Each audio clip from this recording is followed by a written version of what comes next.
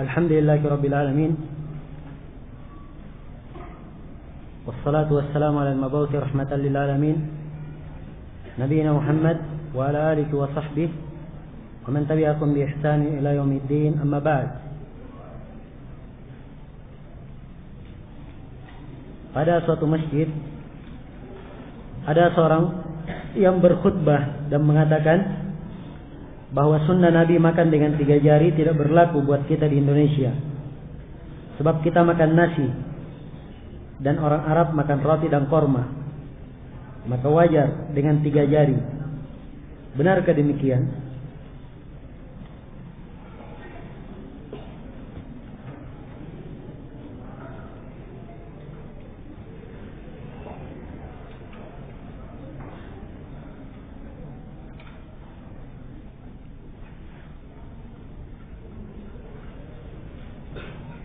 Ini perkataan orang yang jahil akan sunnah dan jahil akan keadaan manusia. Saya katakan jahil akan sunnah sebab sunnah Rasulullah itu berlaku umum untuk semua orang dimanapun ia berada. Disunahkan makan dengan 3 jari. Pakai nasi pun bisa dengan 3 jari. Iya. Kemudian saya bilang jahil dengan keadaan sebab kebanyakan sekarang di tanah Arab makan paginya itu yang biasanya pakai roti. Ya, campurannya kadang korma, kadang yang lainnya. Adapun makan siang dan makan malamnya biasanya pakai nasi. Sama dengan kita di Indonesia. Kalau dia melihat keadaan Rasulullah, maka ada korma, ada juga selain dari itu. Maka ini hanya sekedar akal-akalan saja. Ya. Bilang saja, saya tidak tahu bagaimana makan dengan 3 jari. Ya, itu lebih terhormat dan lebih bagus. Apa perbedaan syaitan, jin dan iblis? Syaitan itu dinamakan dia syaitan karena dia dijauhkan dari rahmat Allah. Atau dia syaitan dari kalimat syata yashitu yang bermakna halaka wahtaraq, binasa dan terbakar. Penggunaan syaitan ini setiap penentang dari kalangan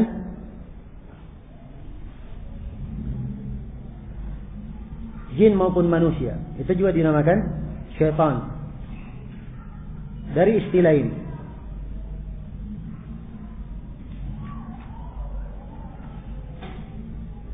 Adapun neneknya syaitan itulah iblis. La'natullahi alaih. Dan dari kalangan jin yang mengganggu manusia dan kufur, mengikuti jin atau mengikuti iblis, maka dia juga digolongkan sebagai syaitan. Dan di kalangan manusia juga yang keadaannya seperti itu dinamakan juga syaitan. Sebab dalam Al-Quran dikatakan syayatin al-jins wal-ins, al-jinni wal-ins, syaitan-syaitan jin dan manusia. Adapun jin itu dari kalimat jannah yang tidak nampak. Dan juga ada istiqaqnya dari majnun yang gila. Jin adalah makhluk yang yaitu tidak nampak oleh manusia. Nah,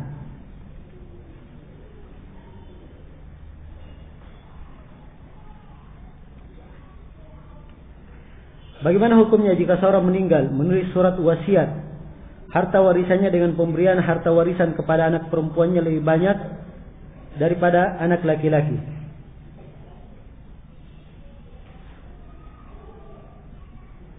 kalimat lebih banyak di sini apa yang diinginkan? Apakah lebih banyak dalam artian keluar dari tuntunan warisan, atau lebih banyak dalam artian tidak ridha kalau ada yang lebih banyak, harus sama semua? Kalau dalam artian yang kedua tidak dibenarkan, sebab dalam Al-Quran dikatakan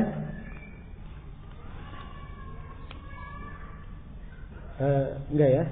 Kalau dalam Al-Quran dikatakan lidzakari mithlu hadzil unthayain, bagi laki-laki dia mendapatkan dua bagian perempuan.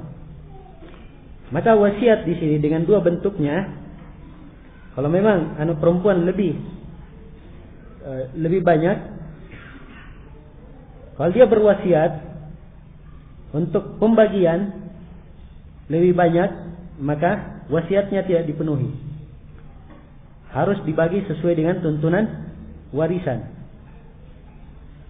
Kecuali kalau bentuk wasiatnya tertentu. Misalnya saya serahkan harta ini kepada si fulana misalnya. Maka di sini dilihat hartanya berapa. Bagaimana bentuknya? Apakah harta ini dari seluruh hartanya atau sebagian dari hartanya? Maka kalau dia wasiat hanya boleh sepertiga saja paling banyak. Kalau ini harta tertentu.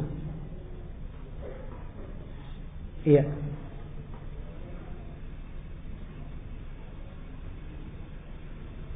Apa keutamaan yang didapatkan oleh orang yang andil dalam pengaturan dakwah? Bukan andil ya dalam pengaturan dakwah. Dakwah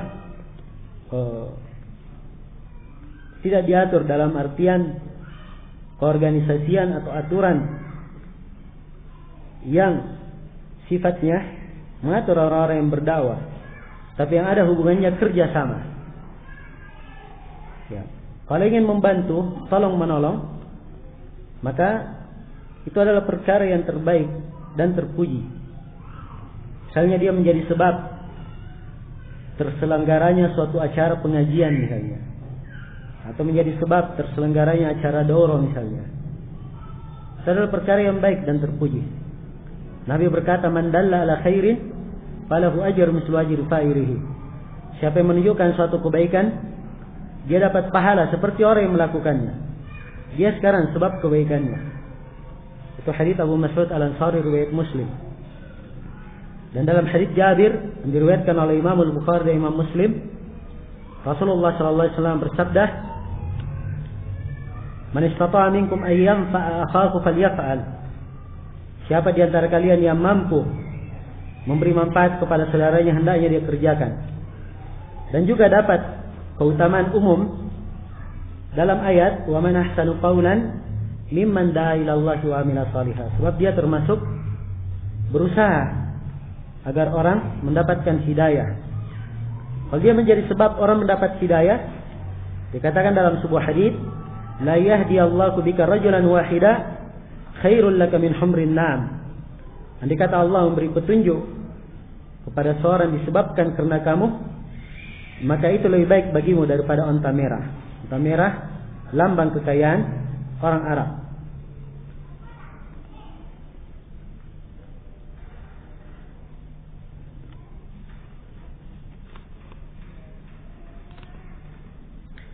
Apakah tidak termasuk melanggar hak mengfotokopi kitab-kitab ulama? Dilihat buku tersebut. Kalau buku tersebut aslinya tidak dijual, dia tidak mampu mendapatkan kitab aslinya, maka boleh dia memfotokopi sesuai dengan keperluannya. Namun kalau tidak ada aslinya dijual, maka tidak boleh dia fotokopi. Dia harus mengambil dari asli, beli dari aslinya. Ini saya lupa fatwa Syekh Ibn Utsaimin atau Syekh Abdul Muhsin Al-Abbad. Seperti juga CD-CD, saya sering ditanya bagaimana mengkopi CD-CD punya ma'had. Saya katakan bahwa kalau di tempat tersebut dia tidak memungkinkan dapat CD aslinya, nggak apa-apa dia kopi untuk keperluan dirinya sendiri. Sebab kalau kita larang itu namanya menyembunyikan ilmu. Tapi kalau di tempat si aslinya ada, lalu dia mengkopi, itu namanya membolimi orang. Dan itu tidak dibenarkan. Apalagi ada haknya, maka hak seorang muslim dijaga. Ya. Sama dengan CD-CD pelajaran misalnya yang bahasa Arab, kadang kita mengkopi juga. Padahal kadang dilarangnya, di dalamnya ada tertulis dilarang mengkopi. Kita tahu hal tersebut. So kita tidak mampu mendapat yang aslinya. Kalau ada aslinya kita beli insya Allah. Cuman aslinya jauh untuk didapatkan. Dipahami ini? Maka kalau keadaannya seperti itu, ya tidak apa-apa insya Allah Ta'ala. Ya. Termasuk buku-buku, rinciannya juga sama seperti itu. Kalau ada buku aslinya, dia beli aslinya. Kalau tidak, maka tidak apa-apa dia mengkopinya. Bagaimana jika kena ain? Itu adalah makanan atau adonan kue yang dibuat. Bagaimana cara menghilangkannya?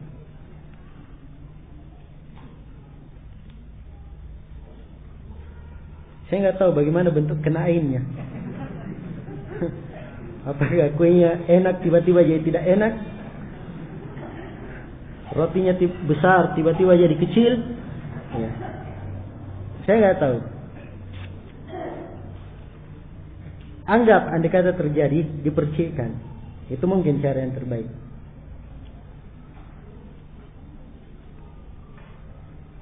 Saya biasa merias pengantin.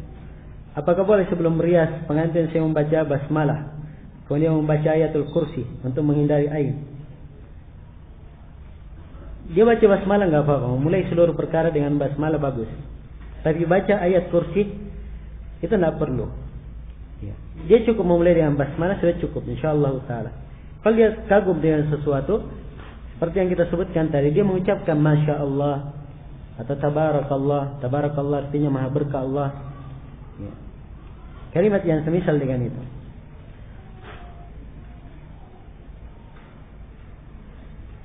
Bagaimana cara membantah orang yang mengatakan bahwa Allah menciptakan jin dan manusia untuk beribadah kepadanya? Berarti Allah butuh terhadap makhluknya. Ini perkataan orang yang jahil. Kalau kita perhatikan konteks ayat, "Wa ma khalaqtul jinna wal insa illa liya'budun." Tidak saya menciptakan jin dan manusia illa liya'budun, kecuali untuk. Di situ pakai lam. Artinya untuk. Lam ini dalam bahasa Arab disebut dengan nama lam ta'lil, menunjukkan hikmahnya. Ya. Menunjukkan hikmah. Diciptakannya adalah supaya dia beribadah. Jadi penunjukan hikmah, bukan penunjukan Allah butuh akan hal tersebut. Dan Allah Maha mempunyai hikmah pada apa yang Allah lakukan. Iya. Maka tidak boleh dikatakan hal-hal yang seperti ini. Dasarnya, kenapa muncul pemahaman-pemahaman keliru seperti ini? Ya seperti itu, dia baca ayat misalnya, "Wa ma khalaqtul jinna wal ins." Dia terjemah saja bahasa Indonesia. Tidaklah Allah ciptakan jin dan manusia kecuali untuk beribadah kepadanya. Dia baca konteks Indonesianya, kalau begitu Allah butuh pada makhluk. Ini salah paham. Kalau dia lihat ke teks bahasa Arabnya, dari teks bahasa Arab itu terkandung makna yang menjelaskan bahwa diciptakannya jin manusia karena suatu hikmah, bukan karena suatu kebutuhan. Dipahami?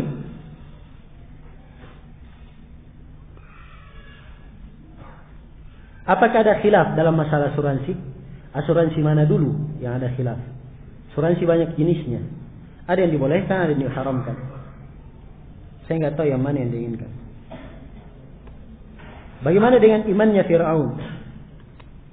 Termasuk kauni atau syar'i? Iman Fir'aun tidak beriman ya. Tapi di sini penanya menginginkan seruan keimanan kepada Fir'aun. Itu kauni atau syar'i? Jawabannya apa? kauni. Iya. Kalau syar'i itu hanya pada hamba yang taat saja. Perlu diketahui, iradah kauniyah itu, iradah syar'iyah itu hanya terkumpul pada hamba yang taat kepada Allah saja.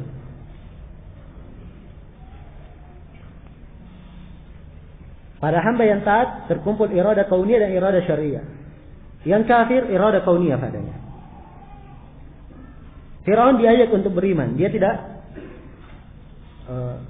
Allah menghendaki Fir'aun beriman, namun dia tidak melakukannya. Kehendak agar Fir'aun beriman ini kehendak apa namanya? Hah? Syar'i atau kauni? Iya.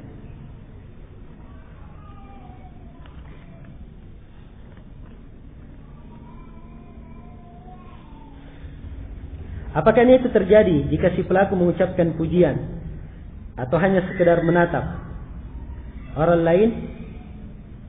Kadang sekedar menatap, kadang dengan pujian. Namun perlu diketahui, ain itu biasanya tatapan disertai dengan hasad.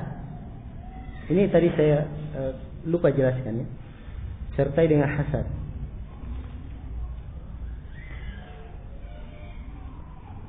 Dan yang seperti ini di dalam diri sifatnya sulit dideteksi. Iya. Karena itu dianjurkan mengucapkan Masya Allah. Seluruh hal tersebut menggugurkan apa yang ada dalam diri dan pemutus bagi syaitan. Apakah ain dapat disembuhkan dengan ruqyah? Atau hanya disembuhkan dengan cara diwudukan dengan air bekas yang menyebabkan air tersebut? Iya, bisa diruqyah. Ain itu bisa diruqyah. Namun paling mujarabnya kalau dia diwudukkan atau dimandikan dari air orang tersebut, bekas air orang tersebut. Apakah ada tauhid hakimiyah?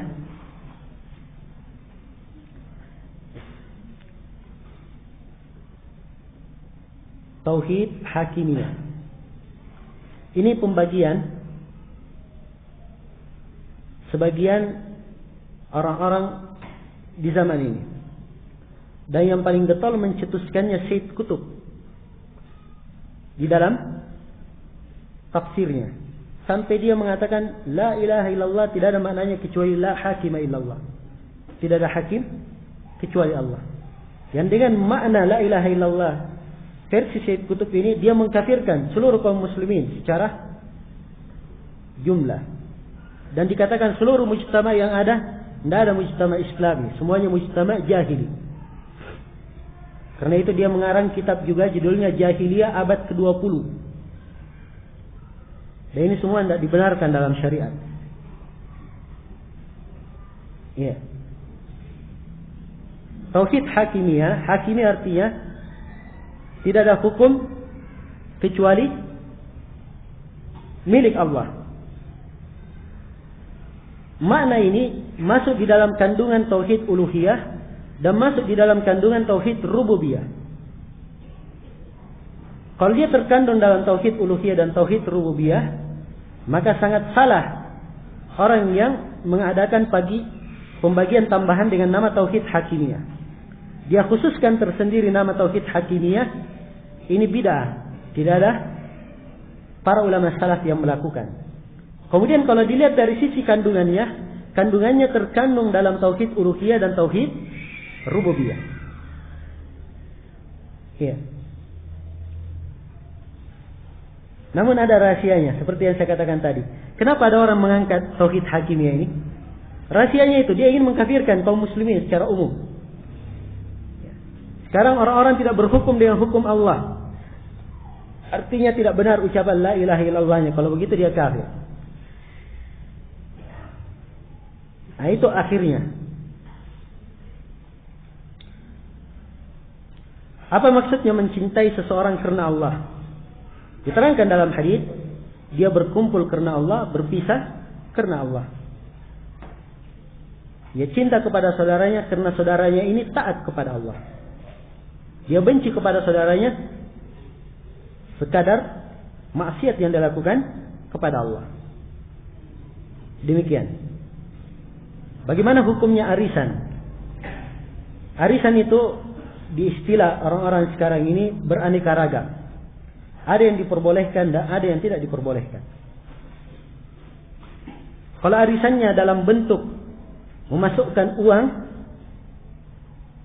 semua peserta sama jumlahnya memasukkan dan diambil jumlah yang sama, maka yang seperti ini tidak ada masalah. Tapi kapan keluar dari bentuk ini, maka itu tidak lepas dari riba. Contoh seperti arisan motor misalnya. Setiap orang masukkan sekian. Nanti dari jumlah yang hadir, semuanya yang diterima, misalnya 10 juta. Ya kan butuh ditambah untuk beli motor. Tidak cukup. Motornya 12 juta. Maka akhirnya diajukan kepada peserta. Siapa yang mengambil 10 juta kali ini? Nah, dilihat siapa yang paling banyak. Sana berkata saya 2 juta. Sana berkata enggak, saya 3 juta. Sana berkata saya 5 juta. Dilihat yang paling banyak. Nah, ini arisan yang tidak diperbolehkan. Kalau arisannya seperti yang saya gambarkan tadi, setiap peserta memasukkan jumlah yang sama, dan kalau menerima jumlah yang sama, maka ini adalah suatu perkara bentuknya tolong menolong. Ya. Kan saya misalnya suatu saat saya butuh uang tiba-tiba 10 juta. Saya nggak punya sejumlah itu. Dengan ada arisan, saya ikut misalnya 100 ribu per bulan, jumlah anggotanya 100 orang, saya dapat dengan jumlah itu. Ya kan? Saya dapat jumlah tersebut. Ya, kalau memang tiba saatnya atau gilirannya. Alhamdulillah hal ini ada rincian-rincian dan pertanyaan penanya di sini terlalu umum. Bagaimana pandangan ahli sunnah terhadap Islam jamaah? Kalau ada penyimpangannya tolong dijelaskan. LDI ya disebut.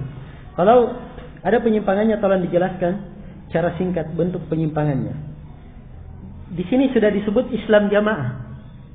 Ya, sekarang kan LDII itu tidak mengaku Islam jamaah. Kalau disebut Islam jamaah, ya sudah tegas, pemerintah Indonesia sudah melarang tegas Islam jamaah dalam keputusan Menteri Kehakiman. Iya kan? Apalagi kalau begitu. Iya. Kalau masalah penyimpangannya, kita ada ceramah khusus berkaitan dengan itu. Ya, tentang kesesatan Islam jamaah. Ya, umumnya kesesatannya dia di dalam masalah imamah, masalah baiat, masalah mengkafirkan kaum muslimin. Orang yang tidak ikut bersamanya itu dianggap kafir bukan dari anggotanya. Ya. Kalau tidak ikut bersamanya. Memang mungkin sekarang mereka berubah taktik. Sebab dengan gaya mereka yang dulu, tiap kali ada orang masuk masjid, dipel bekas duduknya, itu terlalu kontradiksi dengan keadaan masyarakat. Sehingga mereka sekarang pakai cara taqiyah. Ya. Tidak begitu jelas. Orang-orang yang baru datang, ya ikut. Ya. Tidak ada masalah. Lama-kelamaan, ya mesti dimasukkan pokok-pokok dasarnya dalam masalah imamah, masalah baiat, dan masalah pengkafiran. Yang bukan kelompoknya dianggap kafir, musyrik, najis. Ya. Pemimpin mereka adalah pimpinannya sendiri. Siapa yang ikut tidak ikut jamaahnya berarti keluar dari jamaah, dicap kafir. Ya, dan banyak lagi hal-hal yang berkaitan dengan mereka itu globalnya.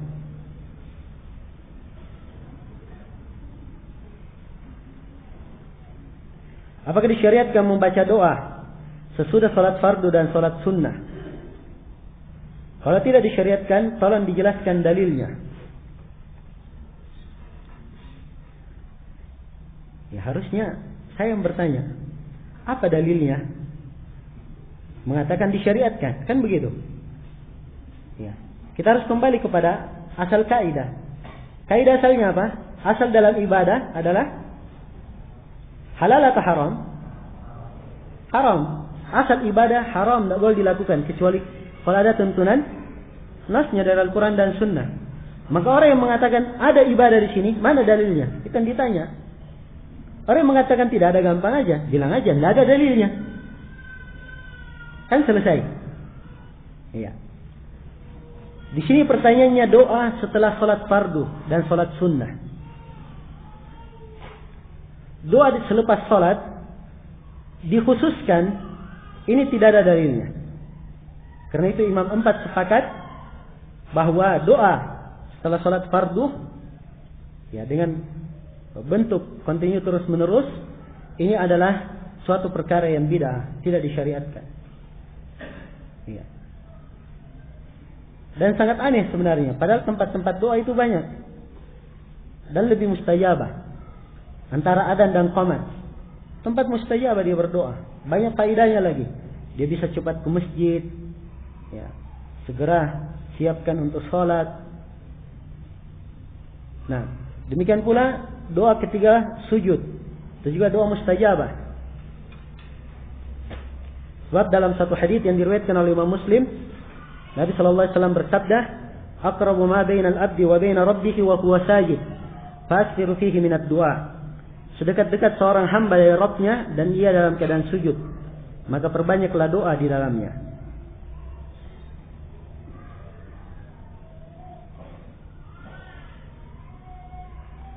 Apakah jika saya mendatangi suatu negeri dan diizinkan untuk masuk ke negeri itu, apakah saya harus mentaati peraturannya walaupun pimpinannya orang kafir? Peraturan yang ditaati peraturan umum, yang kemaslahatan umum, lampu merah, hal-hal yang berkaitan dengan umum. Ya, kalau peraturan yang berkaitan dengan tekanan keagamaan, maka yang seperti ini tidak boleh taati suatu maksiat. Dipahami? Ini kalau dia berkunjung ke negeri kafir. Iya. Karena itu hati-hati, berkunjung ke negeri kafir itu bukan perkara yang ringan dan bukan perkara yang dianggap sepele di dalam syariah.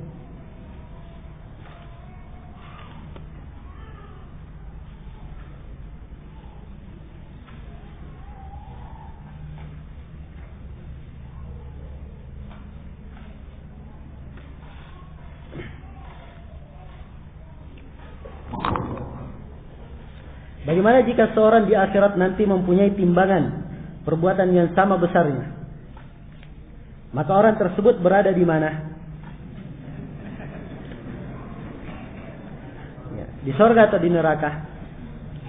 Orang yang seimbang antara kebaikan dan kejelekannya itu berada di Al-A'raf.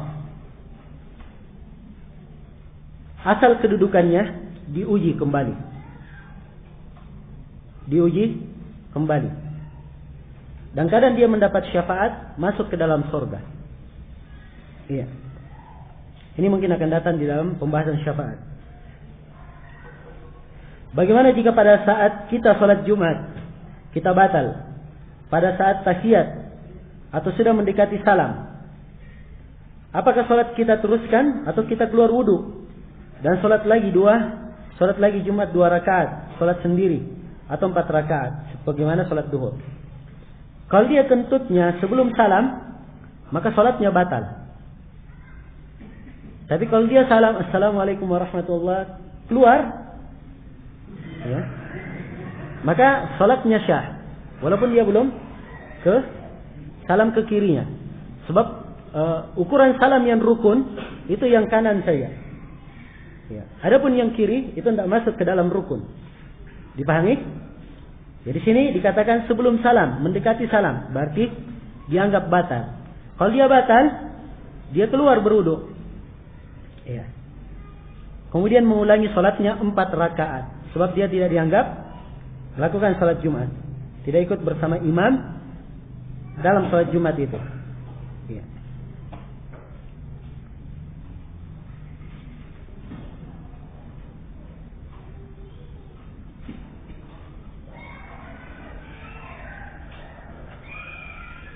Kita sudah jelaskan tadi ya tentang ain, bahwasanya orang yang kena ain diminta kepada orang yang menimpakannya atau dicurigai, kemudian dia berwudu darinya atau dia mandi darinya, air bekas mandinya, air wudunya itu yang dipakai berwudu kembali atau dipakai mandi, ya, atau dipercikkan kepada sesuatu yang tertimpa ain itu.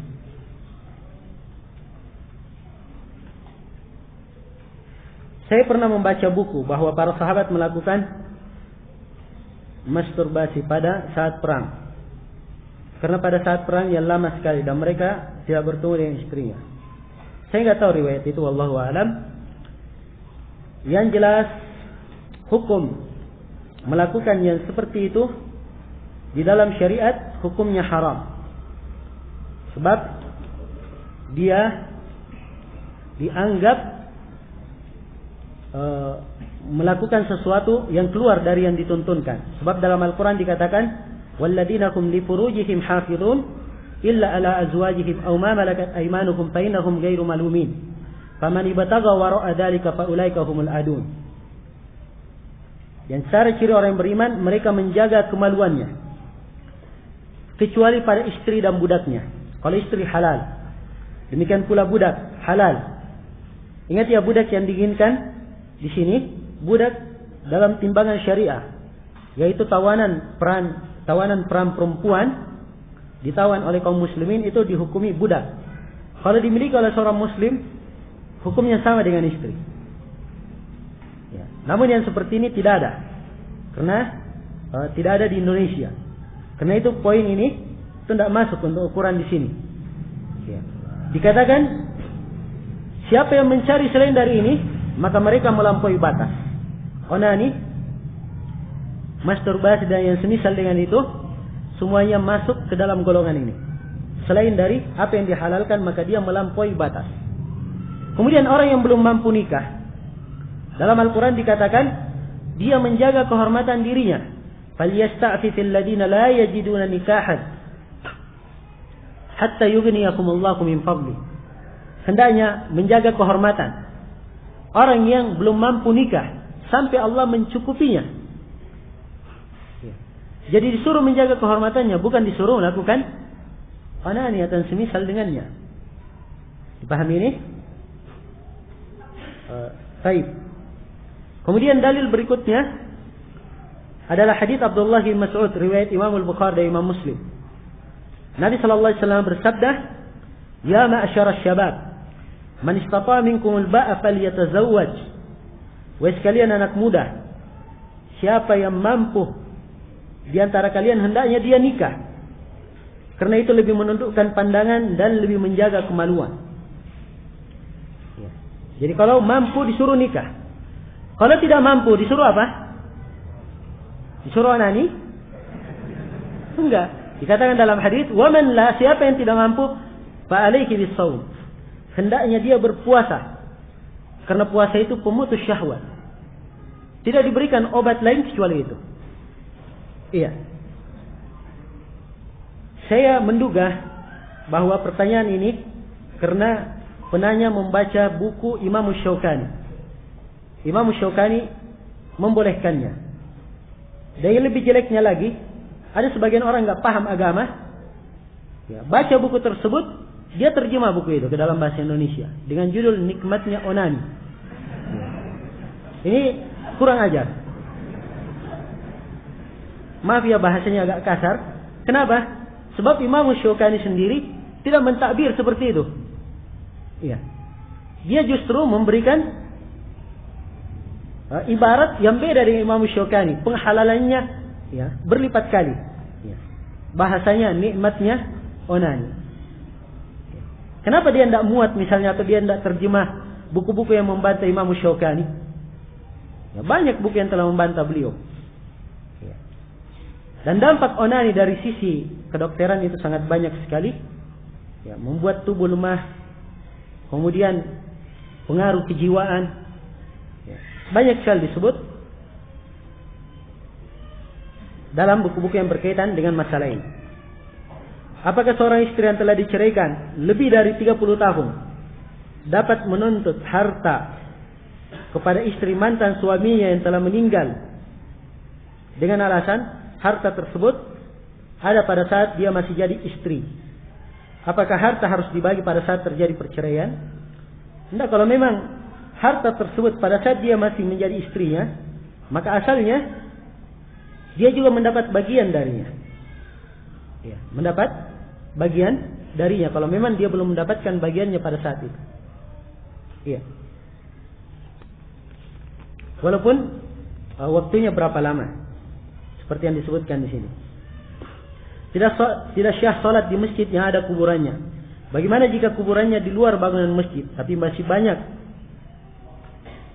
di lingkungan masjid atau di dalam, masih banyak dalam lingkungan masjid, dalam pagar masjid, dan tempatnya di arah kiblat. Kalau dia dalam bangunan masjid, dalam bangunan tempat yang dipakai salat, maka salat di situ tidak syah. Haram hukumnya salat. Kapan dia salat, dia ulangi salatnya. Tapi kalau kuburannya di luar bangunan, di luar tembok masjid, walaupun masuk dalam pagar masjid, tapi di luar tembok, maka hukum salat di situ hukumnya makruh. Hukumnya makruh. Hendaknya dia cari masjid yang lain. Tapi salat tetap kita katakan syah. Ya. Namun kalau ada kuburan di masjid, itu perlu dicurigai. Apakah tempat lokasi itu bukan bekas kuburan?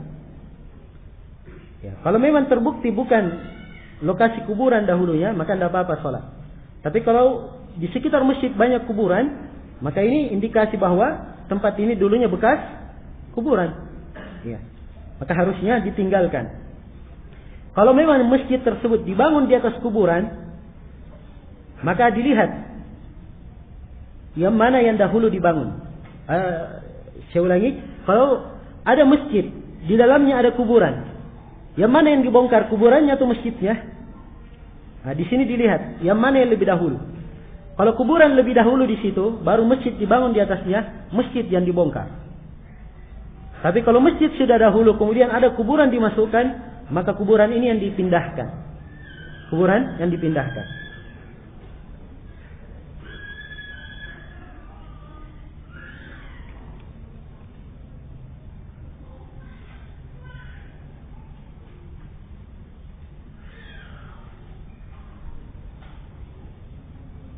Jelaskan tentang Al-Qurtubi, karena saya membaca dalam salah satu kitabnya, yaitu Tadhkirah, dianggap sesat oleh Syekh Muhammad Abdul Salam. Saya nggak tahu siapa Syekh Muhammad Abdul Salam ya. Kitab beliau ini At-Tadhkirah itu berkaitan dengan alam akhirat. Al-Qurtubi dasarnya terpengaruh dengan beberapa pemikiran bid'ah, khususnya berkaitan dengan masalah asma wa sifat. Namun dasar buku beliau ini At-Tadhkirah, ini buku yang bagus secara global. Ya. Dan tafsir beliau, tafsir Al-Qurtubi, itu sampai pada hari ini, ya, para ulama tetap membacanya. Sebab kandungan dan bobot tafsirnya yang sangat kuat. Walaupun hal-hal yang saya sebutkan tadi itu dijaga, karena beliau kadang mentakwil ayat-ayat.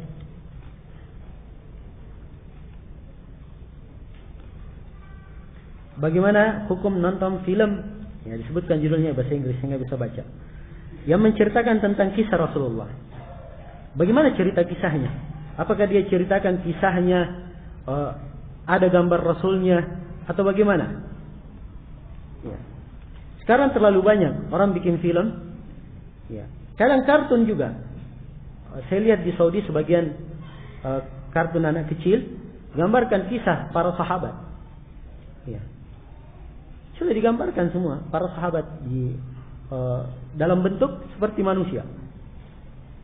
Dan ini tidak boleh. Ini sahabat saja, tidak boleh, apalagi Rasul. Kalau sekedar kisah saja, ya, kisah Rasulullah, maka kisah itu ada yang benar, ada yang tidak benar. Dari mana dia mengambilnya? Ini butuh diperiksa. Sebab berbicara tentang masalah sirah itu juga diperiksa keabsahan, kebenaran sirah yang dinisbahkan kepadanya. Iya.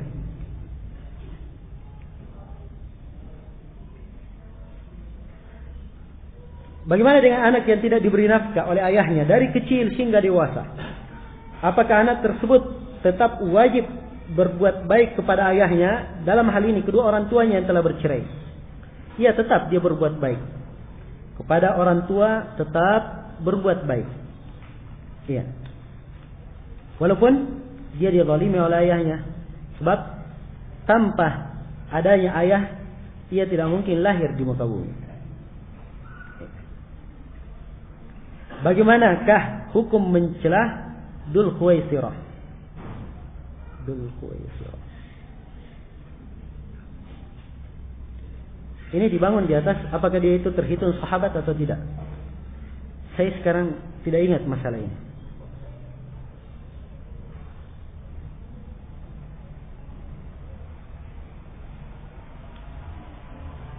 Kalau saya diberi nasihat tentang ukhuwah, persaudaraan, masalah kadang saya bertemu dengan sesama salafiyin, di sini sesama salafiyah, berarti yang bertanya mungkin dari akhwat, tapi tidak memberi salam, bahkan senyum pun susah. Padahal saya sering mendengarkan bagaimana ukhuwah salafiyah yang sangat erat. Ya. Kalau sudah sering mendengar ukhuwah salafiyah yang sangat erat dan bagaimana salafiyun menanamkan hal tersebut di tengah kaum muslimin agar supaya mereka saling cinta mencintai antara sama kaum muslimin, dan itu diketahui bahwa salafiyun sebagaimana yang dikatakan oleh Ibnu Taimiyah, arhamun nasi bil khalqi wa a'rafuhum bil haqq, manusia yang paling merahmati makhluk dan manusia yang paling mengetahui kebenaran. Kalau sudah diketahui sifatnya seperti itu, berarti kesalahannya ini bukan kesalahan pada tuntunannya, tapi kesalahan pada orangnya. Ya, kalau kesalahan pada orang itu namanya manusia, ada kekurangan, ada kesalahan, ya kan? Ada kadang orang tidak menerapkan hal tersebut, mungkin dia lupa, mungkin waktu itu dia lagi berpikir suatu masalah yang berat sehingga mewarnai gerak-geriknya dan senyum pun susah. Maka kadang dilihat keadaan seorang. Ya, kalau memang sifatnya seperti tabiatnya, dinasihati. Wahai saudaraku, saya lihat pada engkau ada tabiat begini. Ya. Yang kita pelajari bahwa kita diperintah untuk begini, menyambung ukhuwah, senyum itu bagus, senyum itu sedekah, senyum itu kebaikan, ya, dan lain-lainnya. Ya.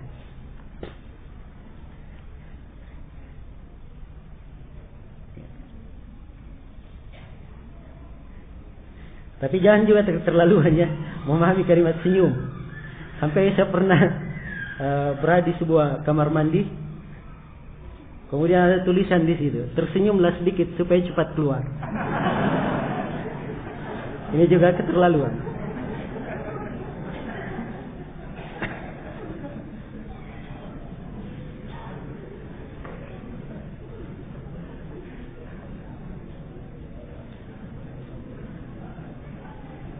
Bagaimana dengan kemajuan teknologi sekarang ini? Apakah boleh dibenarkan mengetahui jenis kelamin bayi yang masih dalam kandungan? Bagaimana hukumnya dalam agama? Itu bukan termasuk mengetahui ilmu yang gaib. Kan dilihat pakai alat, ya kan? Kalau dia lihat memakai alat, maka yang seperti ini dia lihat berdasarkan alat tersebut.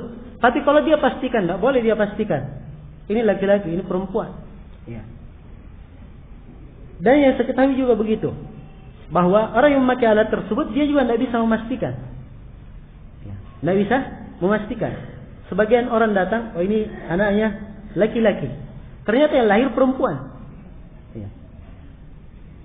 Maka butuh didudukkan, dirinci seperti yang saya sebutkan tadi. Bagaimana hukumnya anak diakikah bukan pada hari ke-7? Dengan alasan pada hari tersebut, hari ke-7, ya, hari yang tidak baik. La ilaha illallah. Rupanya ada khurafat lain. Selain angka 13, ada angka 7. Ya. Kalau orang Indonesia dari dulu bilang celaka 13. Kalau begitu sekarang ada celaka 7. Ya. Dan ini keanehan di akhir zaman. Tidak ada yang seperti itu, namanya tatayyur. Itu masuk itu ke dalam bentuk tatayyur yang terlarang. Tidak ada tiarah, tiada kesialan. Ya, semuanya itu sudah dengan ketentuan Allah. Apalagi ini tuntunan syariat. Nabi berkata, ya, uhriqa an khuddam liyomi sabi'ihi yuhlaq wa yusam. Dituangkan untuknya darah pada hari ke-7-nya, digundul dan diberi nama. Ini tentang akikah. Di hari ke-7 tuntunannya. Maka kalau dia berpaling dari hari ke-7 dengan alasan ini, maka hal tersebut tidak dibenarkan secara syariat. Iya. Sebab dia adalah ibadah lepas dari waktunya. Waktunya hari ke-7.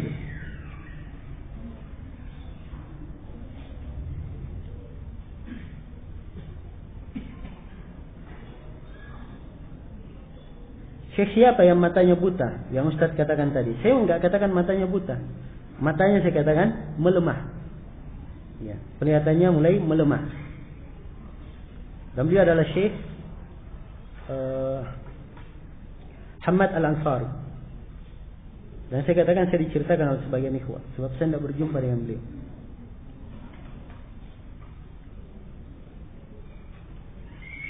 Beliau sudah meninggal, rahimahullah. Apa bisa saya jadikan orang yang sholat sunnah untuk menjadi imam? Padahal saya tidak tahu kalau dia sholat sunnah. Walaupun dia tahu dia sholat sunnah, tidak apa-apa dijadikan imam. Dia tahu ini orang sholat sunnah, dia ikut saja. Dia belum sholat fardu, dia ikut, terhitung jamaah baginya. Sebab seorang makmum dan imam tidak apa-apa berbeda niat. Ya. Dan ini banyak dalilnya.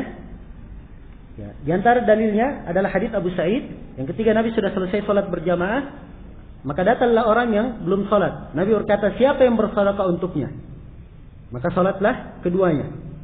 Ya, salah satunya sholat sunnah, yang satunya sholat wajib. Ini beda niatnya. Dalil lain, hadits Mu'adz bin Jabal, beliau ikut sholat bersama Nabi. Setelah itu Mu'adz pulang ke kampungnya, ke tempatnya, dan beliau di situ imam. Kemudian Mu'adz mengimami mereka kembali dengan sholat itu juga. Terhitung sholat sunnah bagi Mu'adz, dan bagi kaumnya terhitung sholat wajib. Tidak apa-apa berbeda niat. Apakah bisa orang yang masbuk dijadikan imam dalam sholat? Demikian pula orang yang masbuk.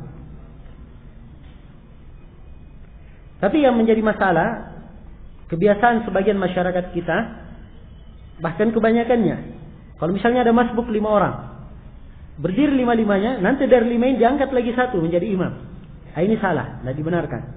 Kalau dia sama-sama masbuk, maka setiap dari yang masbuk menyempurnakan sholatnya. Ya, yang saya katakan tadi tidak apa-apa. Orang yang baru masuk masjid, dia ketemukan orang sudah selesai sholat, ternyata ada orang yang masih masbuk menyempurnakan sholatnya. Apakah boleh dia ikut? Saya katakan boleh saja. Masuk ke dalam umum, dia mendapatkan fadilah sholat berjamaah. Apa hukumnya makan songkol maulid? Karena anak tidak tahu songkol tersebut berasal dari perayaan maulid. Ya. Kalau nggak tahu dari perayaan maulid, ya, maka seorang yang tidak tahu keluar dari